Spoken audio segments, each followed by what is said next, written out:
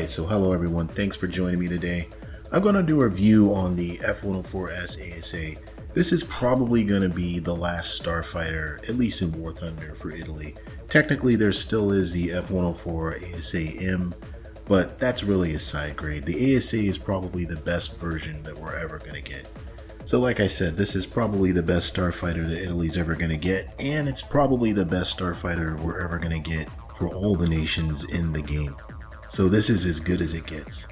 And I must say, out of all the starfighters that I've flown in the game, this one is a pleasure to actually fly. I know the Italian tech tree isn't for everyone, but I promise if you give the F-104S ASA a try, you won't regret it. Alright, so let's jump into some details. Alright, so this is the third starfighter in the Italian tech tree, and it sits at 11.3. It actually feels like it belongs there, unlike some aircraft at 11.3 in other nations. From the F-104G to the F-104S and finally to the ASA, you experience a leap in capability in each aircraft. I mean, it really feels good. And it should be good. Frankly, the ASA was delivered to the Italian Air Force in the 90s, and some ASA standards were still flying up to at least 2004. Alright, so let's talk about performance. I love this jet because I'm addicted to speed. This plane leaves enemies in the dust, and honestly, speed is your best offensive and defensive weapon. I can outrun missiles given enough distance from the launcher.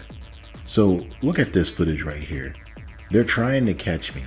All these guys are trying to get me. I mean, they can't touch me. It seems unfair. But with the starfighter's limitations that I'll talk about a little bit later, I think this is a fair trade. With speed, a good radar, a radar warning receiver, which I'll talk about later, there's some issues with that, and the chaff and flares, you have all the tools to take the fight to the enemy. Climbing to altitude is no problem with the ASA. So now for the bad. As you probably already know, this jet handles like a hog. But that shouldn't be a surprise to many. I mean, it was built as a pure interceptor. This is not a dogfighter. If you want to dogfight, you definitely need to find a different plane. So it's best to not get into a dogfight. This thing does not turn like that, if you can even call it turning.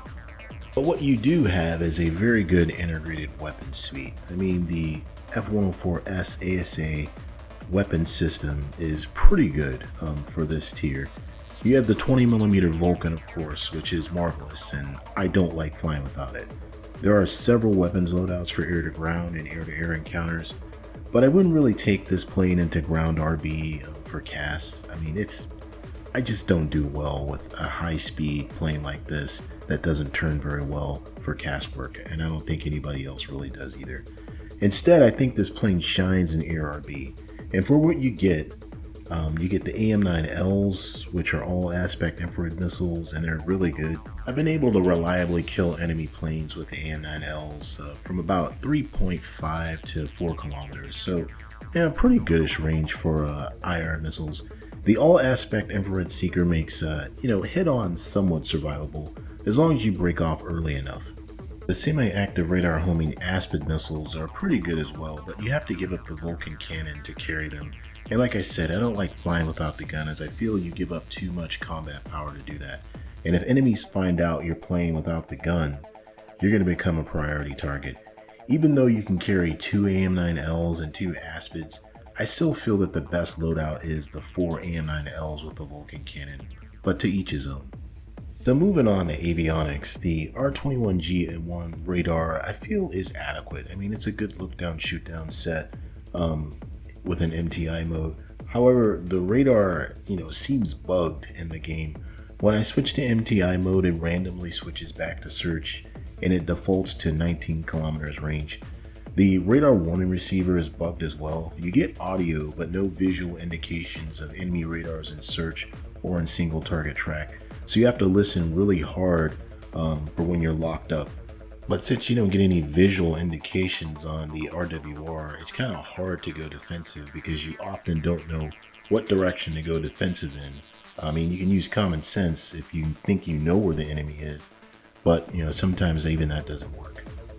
So there may be other playstyles with this jet, but my playstyle is kind of vulture-like and it's very repetitive.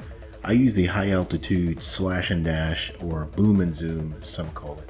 I like to climb high, wait for the furball, and then dive onto the edges of the furball, taking down some preoccupied enemies. There's always somebody preoccupied and not looking up, so it usually works pretty well. It works pretty well until someone notices me and then decides to try and turn me into a fireball. This is where the speed comes in. They sometimes give chase, but if you have kept your speed up, and I can't stress that enough in this jet, you gotta keep your speed up. So if you've done that, you're kind of safe, as they see the speed differential pretty quickly and they just give up. So if you like mixing it up in furballs and dogfights, like I said before, this is not the jet for you. Remember, you need to slash and dash. Don't get slow or you'll die faster than most other jets because you handle like a hog. So in conclusion, I really like the F-104S ASA. I know in earlier videos I was a little bit probably annoyed that another F-104 was coming for Italy, but I like this one. I'm pretty satisfied with it. It's hands down the best starfighter in the game, and it's a lot of fun. It improves on the S in places that matter, like radar, weapons, and defensive aids. For top tier Italy, this plane is a big deal, as they finally have something competitive at top tier. I'd rather play this in ARB than in ground though. If you really need CAS for your ground lineup, I would say just use the G91YS if you have it, as it's a pretty competent ground pounder. If you don't have the YS, you can consider using the 104G at 10.3, but be wary that it's an interceptor first. It's not a fighter bomber. Up tiering your 10.7 Arietes just to use the 11.3 BR F-104S ASA for CAS, I don't feel is a very good idea. Alright, as always, thanks for stopping by and checking out the video, and let me know what you think about the F-104S ASA. You planning on grinding for this thing, or do you not really care much about it at all? I think it's a pretty good jet.